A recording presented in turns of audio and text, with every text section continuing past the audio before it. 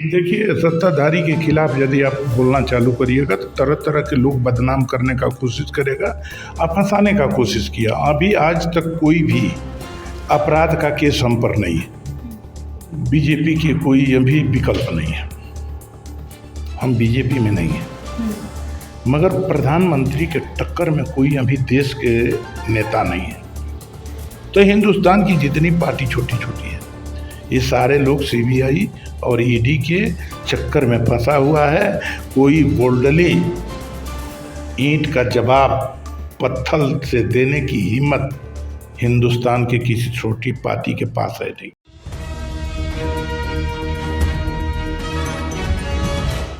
नमस्कार, मैं आमिना और आप देख रहे हैं न्यूज़ टाइम इंडिया। पहले मास्टरी, उसके बाद बने पहलवान और उसके बाद सीधे एंट्री पॉलिटिक्स में। अब आप सोच रहे होंगे कि भाई कौन है जो इतना ज्यादा मशहूर हो गया। तो मैं आपको थोड़ा सा और हिंट दे देती हूँ कि भैया गुजरात गांव है, उस गांव से विधायकी तो जीती 7 से गांव के डॉन के नाम से भी मशहूर। जी हाँ, हम बात कर रहे हैं ददन पहलवान। बात इसलिए कर रहे हैं क्योंकि हमारे साथ बैठे हुए हैं ददन पहलवान। सबसे पहले सर हम स्वागत करते हैं हमारे चैनल में। और चैनल को बधाई देते हैं। पहला दिन यहाँ ऑफिस खुला, उदय भाई से मुलाकात करने के लिए हम आया। न्यूज़ लिए इसके लिए बहुत आपका चैनल पूरे देश देखे, अच्छा संदेश देंगे आप। क्या बात है सर, आपका बहुत बहुत स्वागत है सर। पर सबसे पहला सवाल तो ये आता है, जैसे मैंने स्टार्ट ही किया कि पहले टीचिंग, पहली बात ओके, पहले पहलवान, फिर टीचिंग में, फिर एंट्री पॉलिटिक्स में। सबसे पहले शुरुआत करते हैं कि पहलवानी कैसे शुरू हुई सर? क्या सोचा, क्या लगा कि नहीं मुझे पहलवान करना है? देखिए, पहले जो हमारा शुरुआत हुआ, पहले हम पढ़ाई करते करते हमने सोचा कि जब हम पहलवान बन जाएंगे तो हर घर में हमारा संदेश चल जाएगा, हर लोग पहलवान के नाम से हमको जाने। तो इसलिए हमने हमारे पिताजी को या हमारे परिवार में मतलब कि कोई अपना प्रभाव नहीं था, जिनकी पहचान नहीं था। पहचान अपने परिवार को बनाने के लिए और अपने गांव की पहचान बनाने के लिए हमने पहलवानी को शुरुआत किया। बिहार से लेकर बनारस सारनाथ तक तो पहलवानी करने में पूरा हमको बनारस भी सपोर्ट किया। पहलवानी के कारण पूरे बिहार के घर के लोग, उत्तर प्रदेश के घर के लोग, या करीब भारत, हरियाणा, पंजाब के लोग पहलवानी के नाम पर हो जाने। इसलिए हम अपने परिवार और गांव और बिहार के नाम रोशन करने के लिए पहलवानी को शुरुआत किया। सर, पहलवानी की बात कर रहे हैं और पहलवानी का जैसे अभी भी जिक्र किया था मैंने कि 10-10 लीटर दूध के सच में पी लेते थे। देखिए, पहलवान की पहले पहलवानी था दूध, दही और घी से। अब पहलवानी पाउडर से, प्रोटीन से। अब पहले पहलवानी होता था हमारा मट्टी। अब मट्टी की पहलवानी में इतना सूट था कि आप दंड बैठक, मान लीजिए कि हम लोग जैसे 4000 बैठक करते थे, अखाड़े में लड़ते थे और आपका 8-9 किलोमीटर जाते थे, दौड़ के आते थे। उसके बाद पेड़ पर रास्ता बना, रास्ता भी 15-20 खाली ऊपर नीचे चढ़ते थे। रास्ता पर चढ़ने के बाद जब लोग पहलवानी कुश्ती लड़ते थे, और कुश्ती लड़ती जब अखाड़े में मट्टी पूरी शरीर में पेंट हो जाता था, आराम करते। और जब स्नान करते थे लोग तो साबुन तेल की जरूरत नहीं हो जाता था कि हम जिंदे स्वर्ग में। ऐसा पहलवानी है मिट्टी का। अब तो ये समझिए कि गद्दा पर पहलवानी, गद्दा सोने के लिए बना है। अब पहलवानी को बदल दिया। पहले दूध दही से पहलवान बनता था, दंड बैठक से पहलवान बनता था। अब पहलवान जिम और पाउडर से बनने लगा। और कहीं कहीं तो पहलवानी में इतना गलत कहा गया था कि इंजेक्शन पहलवानी लोग करता है, और वो पहलवान जो इंजेक्शन लेके करेगा वो समझिए कि पहलवानी जब छोड़ेगा तो उसका शरीर जो बिगड़ना है उसका उम्र भी 20 साल तक जाएगा। इसलिए कि अब पाउडर में तरह तरह के केमिकल के ऊपर पहलवानी कराता है। तो हम लोग के टाइम में नहीं था। अब पहलवान का बहुत भारी स्थान है आज भी हमने देखा हरियाणा में, पंजाब में और महाराष्ट्र में कुश्ती का इज्जत सम्मान और पहलवानों की कदर, पहलवानों की खुराक हम देखे उसमें। अभी अगले दिल बात हो रहा था पहलवान के बारे में, तो हम दुनिया में आप लोग तो कुछ किए नहीं, पहलवान के लिए तो व्यवस्था करना पड़ेगा ना। जैसे महाराष्ट्र में यदि लेकर महाराष्ट्र केसरी बन जाता है तो उसको समझिए कि तुरंत नौकरी इंस्पेक्टर में और टिकट लग जाता है। और जो 3 बार महाराष्ट्र केसरी बन गया 3 साल में, तो उसको डायरेक्ट DSP मतलब कि ASP में नौकरी लगता है। वही मुख्यमंत्री जब जिस क्षेत्र में आते हैं तो मुख्यमंत्री के बगल में पहलवान को कुर्सी लगता है। तो पहलवान की समाज तो हमने महाराष्ट्र देखा। अब आपके जैसे बेटी बहन अपना भाई को लेकर, अपना पति को लेकर, अपना पोता को लेकर करके आखा पर बैठ के पहलवानी देखती है, कुश्ती देखती है। अभी महाराष्ट्र के तरह देखते तो 10,000 और गाड़ी की कुश्ती देखती है, वो पहलवानी है।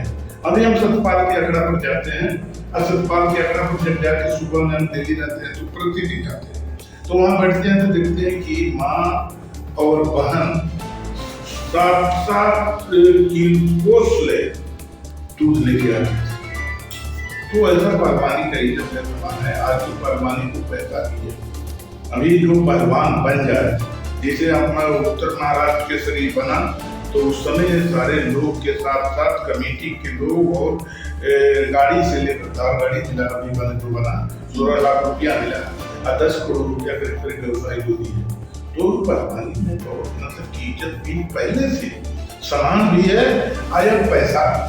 और पहलवानी बची नहीं, मगर हरियाणा, पंजाब और मध्य प्रदेश और महाराष्ट्र, अब हमारे उत्तर प्रदेश और बिहार से कुश्ती कर रही है और दिल्ली में पहलवानी। तो इसलिए व्यवस्था नेता लोग नहीं कर पाए। पहलवान के गांव में यदि पहलवान बनता था तो सारे गांव के लोग 100 से ज्यादा था कि आज हमारे गांव का पहलवान कैसे लड़ेगा, इसलिए सारा गांव की सहानुभूति होती थी। और जिसके दरवाजा पहलवान, जिसे हम लोग बनारस में पहलवान, हम बनारस हमारा बिहार से, हम बनारस में किसी के दरवाजे पर चल जाते थे तो घी और शक्कर मिलता था, कहीं दूध मिलता था खाने के लिए। आज भी जहाँ पर भी जाते हैं राजनीति में, तो आज भी दूध, दही और काजू किशमिश जरूर हमको मिलता है। तो पहलवानी को, पहलवान से यही हम समझने की सब कुछ है। क्या बात है सर। तो पहलवानी की इतना सारा आपको जो शौक था, आपने जो चीजें बताई, उसके बाद फिर टीचिंग में कैसे?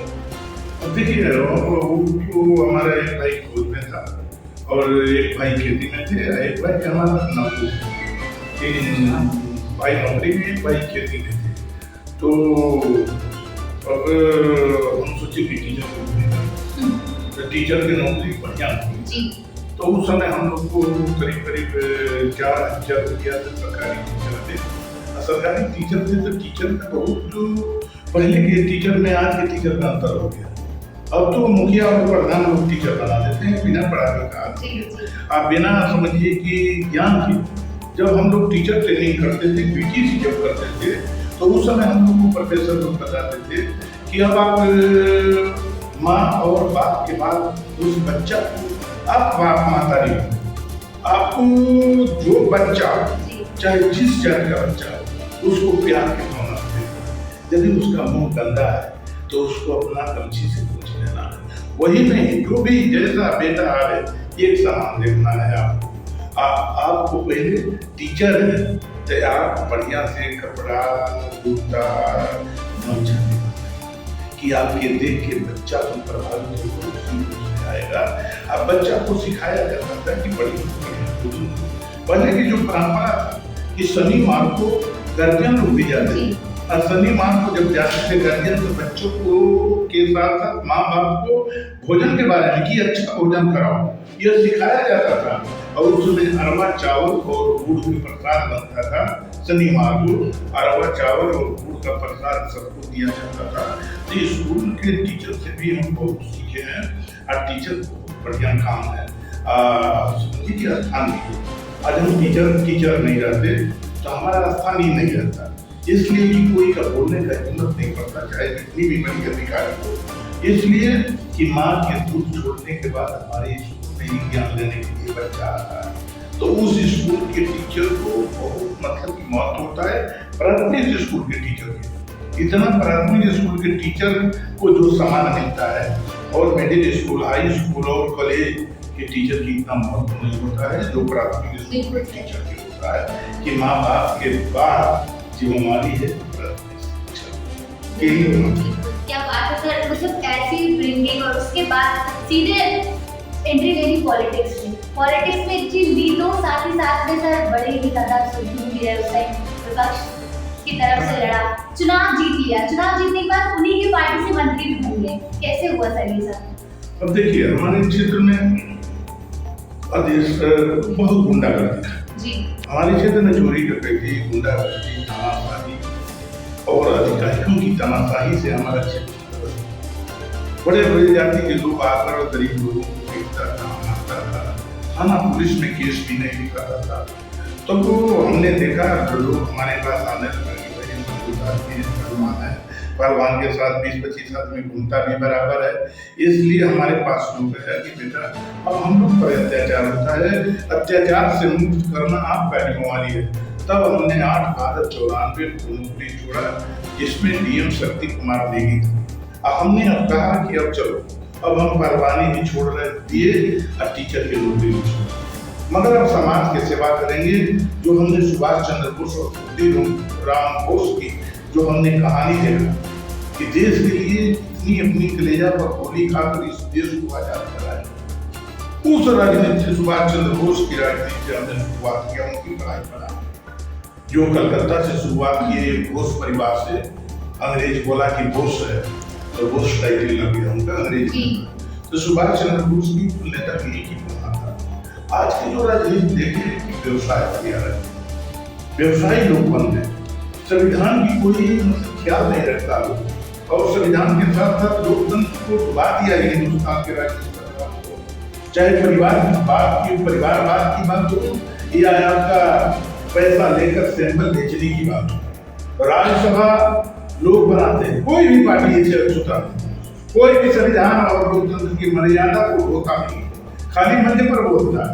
इसलिए कि जब आपको राज्यसभा भेजना होगा तो यदि राज्यसभा 4 भेजना है तो 4 में एक या दो कोई लोग निकल जा सकता है, नहीं तो राज्यसभा भेजने में 50 मिलते हैं। तब राज्यसभा पत्रकार और विद्वान की जगह है, इसलिए कि जो लोकसभा में संसद पास करता है कोई कानून तो उसको रिफाइन करने के लिए विद्वान के लिए बना राज्यसभा और विधान परिषद बना विद्वानों के लिए। तो देख रहे हैं पैसा लेकर तरह के आदमी भी जिसके पास कोई ज्ञान नहीं है वही राज्यसभा चला जाता है पैसा देकर, कोई एक दिन झंडा भी नहीं ढोआ वो भी चल जाता है। तो जितनी पार्टी है यह देश के अंदर यह लोकतंत्र और संविधान को समझिए कि रौन दिया है, इसलिए हम लोग सोचे कि नहीं भाई अब देश स्तर पर व्यवस्था करना चाहिए। तो हमने नौकरी से त्याग कर दिया और नौकरी से त्याग कर दिया तो बढ़िया अच्छा हमारा पहचान हुआ बिहार के अंदर। जरूर हमको लोग पूछने लगा, हमको लोग आदर करने लगा। इसी बीच में जो हमारे जाति के नेता लोग थे उसके बीच में एक विद्रोही जो 85 मन का तलवार और 80 मन का ढाल उनका भी अंग्रेज और या राजाओं के खिलाफ जो लड़ाई लड़े, जुल्म अत्याचार के जो बलात्कारियों के खिलाफ लड़ाई लड़े, उस विद्रोही को हमने सोचा कि इसको स्थापित करेंगे देश में। अब वो इनका पिक्चर दिखाएंगे, जो इनका मूर्ति दिखाएंगे, जो इनका कहानी दिखाएंगे, तो आज के लेखा उस राजा रजवाड़ा और गुंडा बदमाश से लड़ना सीखेगा। इस उद्देश्य से हमने 4.5 करोड़ की लागत से मूर्ति बनाई विद्रोही का, जो 1 साल लगा पटना में अपना डेरा था। वो मूर्ति राजनीतिक कारण से आज तक नहीं लगा और मूर्ति वहीं आपका जो पहले हमारे 3 मूर्ति हमारा था उसी में मूर्ति पड़ा हुआ है। मगर नीतीश कुमार के पास भी हम 3-4 बार की कि भाई मूर्ति लग जाने दीजिए, नहीं तो पूरा तो वहाँ पर भी मूर्ति नहीं लगा है। तो ये समझिए कि हमारा पहलवानी से भी बहुत पैदा हुआ, एक टीचर सम्मानित जगह था उससे भी, मगर पहलवान के नाम पर ही हम चुनाव जीते बिना पार्टी दल के। जबकि लालू प्रसाद यादव की जमाना में हम 3 बार विधानसभा चुनाव, तो 2004 में हम देख लिए कि लालू प्रसाद या जो नेताओं की जलन होने लगा तो हमने सोच लिया कि हम भाग जाते हैं और दिल्ली में जाकर हमारे 13 में जो भी व्यक्ति गया, हमने देखा कि हम वोट की रोटी खाते हैं। कोई भी विधायक, कोई एमपी ये वोट की रोटी खाता है। इसलिए वोट की रोटी क्यों? 1 लाख रुपया महीना मिलता है विधायक, और 3 लाख रुपया रेल जहाज पर चलने के लिए भाड़ा मिलता है आजीवन, और आपका टेलीफोन का बिल 1 लाख रुपया मिलता है। टेलीफोन जो समाज की सेवा करने के लिए कहीं टेलीफोन करते, वो भी अपना घर से नहीं करते। करोड़ों रुपया की मकान मिलता है, एसी घर मिलता है, 200 तकिया मिलता है, आपका चादर, कमरा, तौलिया, नहाने धोने की सारी व्यवस्था। मुख्यमंत्री के जांच करके डॉक्टर 3 दिन भोजन देता है। तो जनता के वोट में दम है और जनता के लोग अनादर करते हैं, इसलिए हमको राजनीति थोड़ा बढ़ाने का सोचा। जब हम चुनाव जीत गए तो 85 और आपका 70 से लेकर 60 वर्ष की उम्र के लोगों को करीब 25,000 लोगों को पगड़ी बनाया, सम्मान किए और चांदी की थाली में घी से पत्ती से आरती उतारा बिहार के धरती पर कृष्ण मेमो के फल में। तो ये स्थिति था बिहार की। आप बिहार के स्थिति में समझिए कि हम नौकरी छोड़ के हम अपना विधायक बने 4 बार, लोकसभा चुनाव भी हम 4,000 से, एक बार 15,000 से हारे, एक बार 4,000 से हारे, तब तक मोदी जी का बाहर आ गया। तो सर, जैसे कि आपने बताया कि किस तरह से बिहार की जो राजनीति थी उसको आपने संभालने की कोशिश की, और लेकिन लगातार बिहार की राजनीति में ही कई बार सुर्खियों में आए, कंट्रोवर्सी में आए। सर, उसकी क्या वजह थी? अगर साल 2005 की बात करें तो जो चीज़ें हुई, उसके बाद मारपीट का आरोप लगा, उसके बाद बहुत सी चीज़ें आई, कंट्रोवर्सीज बहुत सारी आई। सर, उसकी क्या वजह रही? देखिए, सत्ताधारी के खिलाफ यदि आप बोलना चालू करिएगा तो तरह तरह के लोग बदनाम करने का कोशिश करेगा, आप फंसाने का कोशिश किया। अभी आज तक कोई भी अपराध का केस हम पर नहीं है, अपराध का कोई केस नहीं है। लोग हमको फंसाने का कोशिश किया, इसलिए कि बिहार में हमारा प्रभाव जम रहा था। अब प्रभाव कम करने के लिए लोग हमको साजिश किया, और साजिश करके कोशिश किया हमको दबाने के लिए। लेकिन हमने सोचा कि लोकसभा चुनाव लड़कर जाएंगे, और लोगों की जितना हम सेवा करते थे, जैसे विधानसभा में सेवा करते थे, विधानसभा चुनाव जीतने के बाद सामान देना, जैसे रहते थे जो खाते थे वो खिलाते थे, डेरा में एसी पर रहते थे तो कार्यकर्ता को भी एसी में रखते थे, या हॉस्पिटल में जाना हो तो अपना गाड़ी से ले जाते थे, दवा कराते थे, कोई मर भी जाता था तो उसको गांव तक पहुंचाते थे। पैसा था तो ठीक है, नहीं तो कभी स्मशान घाट पर और कब्रिस्तान में खर्चा भी देते थे।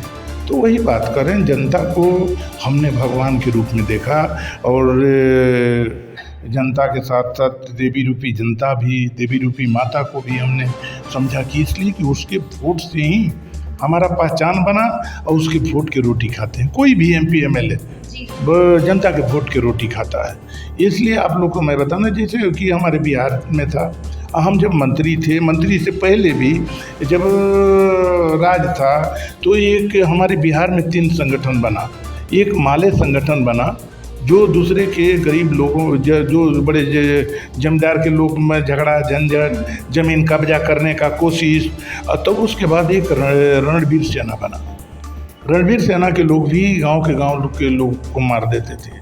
अब बस्ती में कोई सोता है, सोया हुआ व्यक्ति है, झोपड़ी में, पलानी में, घर में जाते थे, गोली से लोग भूंज देते। एक दिन में 200 घटना, मियाँपुर बथानी नरसंहार से नारी नरसंहार, मियाँपुर नरसंहार, शेरघाटी दंगा, सासाराम दंगा, अब सीतामढ़ी दंगा, ऐसी कुल घटना देखकर हमारा तो मन मतलब कि कहा कि आज के राजनीतिक लोग यह क्या कर रहे हैं। तब हमने कहा कि यह कायर की काम है कि जो की झोंपड़ी में सोने वाले व्यक्ति को लोग गोली मार देते हैं। तुम्हारी माँ दूध पिलाई है तो दिन दे दो, मैदान में लड़ाई लड़ो। यह कायर की काम है कि सुता हुआ व्यक्ति पर गोली। तो ये सब न्यूज बना, और न्यूज बना तो समझिए कि हम को लोग बाहुबली कहने लगा, हमको लोग तरह तरह के आपका आरोप लगाने लगा। लेकिन कभी भी कहीं पर भी जनता हमसे दुखित नहीं हुआ। आज भी बिहार की जनता जानता है, पूर्वांचल के लोग जानता है कि ददन यादव जो कहेंगे वही करेंगे। तो जनता को हम भगवान समझते हैं, माता बहन को हम देवी रूप में समझते हैं। इसलिए हम लोकसभा चुनाव थोड़ा वोट से 3 बार हार गए, अब कि हम चुनाव लड़ रहे हैं जनता के सहयोग में भी हमारा पहले जो हमारे क्षेत्र में, अब बताइए भागलपुर से अश्वानी चौबे आके चुनाव जीत जाते हैं, कोई अब का कोई रामगढ़ से चुनाव आके जीत जाता है, कोई आरा से आकर चुनाव जीत जाता है। तभी हमारे क्षेत्र के लोग अब समझ गए हैं कि हमारा ये क्षेत्र को ये लोग गुलाम बना दिया है कि बाहरी लोग आके राज कर रहे। यदि हमारे धरती पर कोई व्यक्ति नहीं रहे तब न बाहरी आ गया, तो अब की बाहरी लोग को लोग नफरत कर रहे हैं। तो अब की बात हमारा पूरा विश्वास है कि हम शोषित दलित गरीब लोगों या बड़े जात के जो असहाय लोग हैं, सारे लोग की सहानुभूति है हमारे प्रति।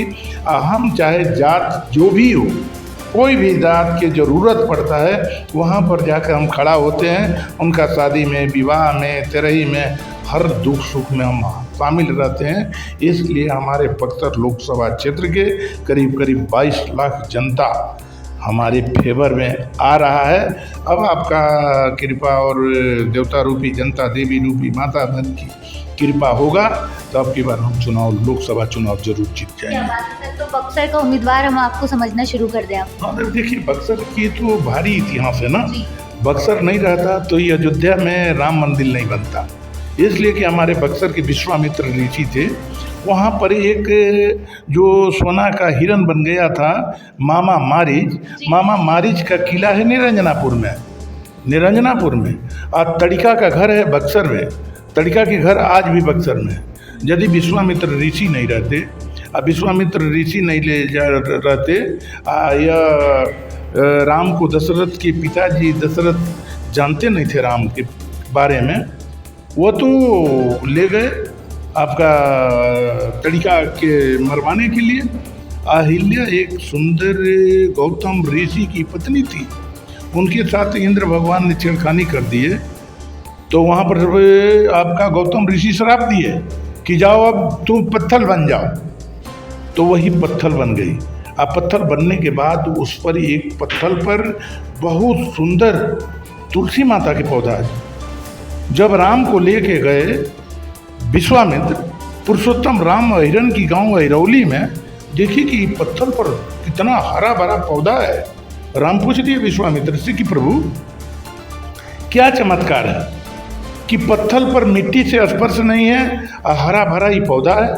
कहा कि बेटा यही तो चमत्कार है, ये आपका पैरू का इंतजार है, पैरवा के स्पर्श होगा बेटा, ऐसी सुंदर नारी बन जाएगी। विश्वामित्र बताए, राम नहीं जानते। अब विश्वामित्र पुरुषोत्तम राम पैर को बढ़ाते हैं और यह सुंदर औरत बन जाती है। औरत बनने के बाद हाथ जोड़ के प्रार्थना किया कि प्रभु हे भगवान, जितना दिन का हमारा जीवनी मिला था वो जीवनी आज हमारा पूरा हुआ। आपका पैरों की चरणों की स्पर्श की इंतजार था। अब हमारा जीवन जो मिला कुछ दिन हम औरत के रूप में बिता लिए और कुछ पत्थर के रूप में प्रभु बिता लिए। अब हम जा रहे हैं, वहीं से विलुप्त हो जाती है। उसके बाद आगे बढ़ते हैं, देखते हैं कि इतना बड़ा बड़ा पैर, ये कौन जानवर का पैर है भाई। कहा कि यही तो बेटा चमत्कार है, इसी को मारने के लिए हम लाभ को लाए हैं। तड़िका को दिखाते हैं चरित्र वन में, आइए राम धनुष तान कर मार देते हैं। जग सफल हुआ। 5 दिन परिक्रमा हुआ। 5 किस्म के खाना आज भी बनता है, 5 दिन खाना बनता है आज भी साल में, जनवरी में। तो वही 5 दिन परिक्रमा के अंदर ही स्वयंवर रचा गया था जनकपुर में।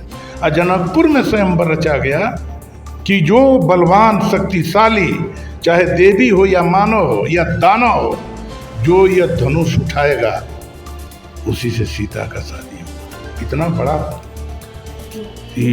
जो जनक चैलेंज कर दिए, वहाँ पर सारा देश के बलवान शक्तिशाली रावण तक आया, मगर वह धनुष टस से मस नहीं हुआ। मगर विश्वामित्र जब ले के चले वहाँ पर ये राम को, तो राम पूछे कि पिताजी ले पूछ लेने दीजिए। कहा कि राम तुम्हारा पिता अछूत है, इसलिए कि जब श्रवण को बाण मार दिया था उस समय सारी देवी देवता मानव उसको अछूत छांट दिया। तुम्हारे पिताजी का न्योता नहीं आया होगा, मगर तुम्हारा पिताजी बोले हैं कि जो कहेंगे राम विश्वामित्र वही करना है। तो विश्वामित्र ले गए और उस सब लोग से नहीं उठा यह धनुष को तोड़ दिए। ये हम शॉर्ट में बता रहे हैं। हम प्रवचन करते हैं तो इसमें हम लगाते हैं करीब करीब 3 घंटा, जब मंच पर साधु संत के यज्ञ में बोलते हैं तो वही आपका धनुष तोड़ दिए। धनुष तोड़ने के बाद जयमाल हो गया, और जयमाल हो गया तो शादी हो गया, और शादी हो गया तो रावण टांग के ले गया, और रावण टांग के ले गया तो राम से लड़ाई हो गया। और बताइए, बक्सर नहीं रहता तो राम के इतिहास नहीं लिखा था। विश्वामित्र मुनि का देन है। इसलिए हम बक्सर के लोगों में घोषणा किए कि पहला लिखे प्रधानमंत्री के पास भी चिट्ठी कि प्रधानमंत्री जी तो अयोध्या से पहले हमारे यहाँ बनना चाहिए, इसलिए वहीं से इतिहास बना इनका। तो वो लोग बनाएंगे नहीं तो हम बक्सर में विश्वामित्र ऋषि को, जो सीता है, सीता को और राम लक्ष्मण अहिल्या के बहुत भारी विशाल मूर्ति बनाने का हमारा संकल्प है बक्सर की धरती पर। तो यह हम घोषणा किए हैं। और आपका हम वृंदावन में भी हम प्रधानमंत्री के पास चिट्ठी लिखे कि प्रधानमंत्री जी हमको जो जगह दीजिए, जो अब कृष्ण जन्मस्थली है, उस कृष्ण जन्मस्थली को आप प्रेस कराइए। जदुवंशी खानदान से हम सबके सहयोग से वर्ल्ड का सबसे बड़ा मूर्ति कृष्ण और राधा और गौ माता के बनाना चाहते हैं। हम प्रधानमंत्री के पास चिट्ठी लिखे हैं। तो हमारा यह सोच रहता है कि नहीं, बड़ा से बड़ा काम हो, लोगों की सामान मिले, विधायक हो तो या एमपी हो, नेता जनता को भगवान समझे, उसको अनादर नहीं करे। वो आवे दरवाज़ा पर तो खिलाइए, पिलाइए, सुलाइए, सारी चीज़ करिए। आप जाते हैं किसी के दरवाज़ा पर तो आपको फूल चढ़ाता है, माला चढ़ाता है, पगड़ी बांधता है, चादर देता है, तो सारी चीज़ करता है। तो तुम क्यों नहीं मानते हो? अब तो देखते हैं हर जगह आप मान के नहीं, खाली वोट के दिन 1 महीना जनता को कुछ भी समझ लो, उसके बाद जनता को कोई पूछता नहीं 5 साल तक। हर पार्टी की यही इतिहास। सर, बिहार की राजनीति की अगर बात करें तो इन दिनों बिहार की राजनीति में गठबंधन पे बड़े सवाल उठ रहे हैं। अभी तेजस्वी यादव का बयान आया कि इनको ना मुख्यमंत्री बनना है, ना प्रधानमंत्री, ना हमको मुख्यमंत्री बनना है, गठबंधन टूटेगा नहीं। सर, क्या लग रहा है आने वाले जो लोकसभा चुनाव है इनकी कैसी भूमिका रहेगी? सर देखिए, ऐसा है स्थिति, बीजेपी की कोई अभी विकल्प नहीं है। हम बीजेपी में नहीं है, मगर प्रधानमंत्री के टक्कर में कोई अभी देश के नेता नहीं है। देश के नेता अभी कोई नहीं है। तो देश के नेता जब मोदी के जवाब लायक कोई व्यक्ति मिल जाए तब न कोई प्रधानमंत्री का लड़ाई लड़ा जा सकता है। अभी तो हिंदुस्तान की छोटी पार्टी, जो लोकल पार्टी होती है, जो सीजनी पार्टी होती है, कि सीजन में कोई 2 राज्य एक राज्य में लड़ लेता है, वो सीजनी पार्टी है। और एक राज्य की पार्टी है। हिंदुस्तान में जितनी राज्य की पार्टी है वह समझिए कि तरह तरह के घोटाला में फंसा हुआ है, समझे ना। और पार्टियन के कृपा पर लोग जी रहा है। तो जब मुखड़ा आदमी नहीं रहेगा, जो शक्तिशाली प्रधानमंत्री के जवाब में नहीं रहेगा, जो केस से मुक्त नहीं रहेगा, जो केस के घेरा में है, वो क्या लड़ाई लड़ सकता है? बताइए, कोई भी पार्टी हो। तो हिंदुस्तान की जितनी पार्टी छोटी छोटी है, ये सारे लोग सीबीआई और ईडी के चक्कर में फंसा हुआ है। कोई बोल्डली ईंट का जवाब पत्थर से देने की हिम्मत हिंदुस्तान के किसी छोटी पार्टी के पास है नहीं। इसलिए कि हिंदुस्तान भी चाह रहा है कि एक देश में नई विकल्प बने, वो नेता की खोज है, मगर अभी इस टक्कर का कोई नेता मिल नहीं रहा है। तो ये थे हमारे साथ ददन पहलवान जी। सर, आपने बहुत सारी बातें बताई, और लोकसभा चुनाव की अगर हम बात करें तो लोकसभा चुनाव नज़दीक है, और आपने जैसे बताया कि आप बक्सर से चुनाव लड़ने जा रहे हैं, तो सर आप क्या निर्दलीय लड़ेंगे या किसी पार्टी के साथ लड़ेंगे? अभी देखिए, हमारा तो जनता प्यारा है। हम जनता को भगवान समझते हैं, माता बहन को देवी समझते हैं। हम जितना प्यार दुलार सामान दे सकते हैं कोई नहीं दे सकता। हमारे क्षेत्र में बाहरी लोग आके चुनाव जीत जाता है जी। तो अब की बार बिहार हमारे क्षेत्र के लोग की मंशा है कि अब बाहरी लोग को खेदा जाए, भगाया जाए। इसलिए अपना लोकल जो आधी रात में ज़रूरत पड़े तो बुला दे।